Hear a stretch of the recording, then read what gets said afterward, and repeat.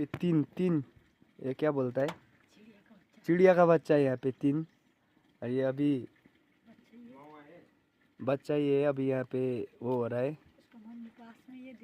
इसका मम्मी भी पास में ये देख रही है। और ये हमारा ये सूर्यदाई का घर के पास में इसने वो बना के रखा है और वो नहा रहा है उधर पे। और ये हमारा चिड़िया, ये देखिए कितना अच्छा है ना, 3 है, ये देखिए कितने अच्छे से बैठे हैं ये 3। वाह क्या सीन है भाई, चेकआउट इसको, check out guys, check out. Oh my god कितना ही सुंदर है।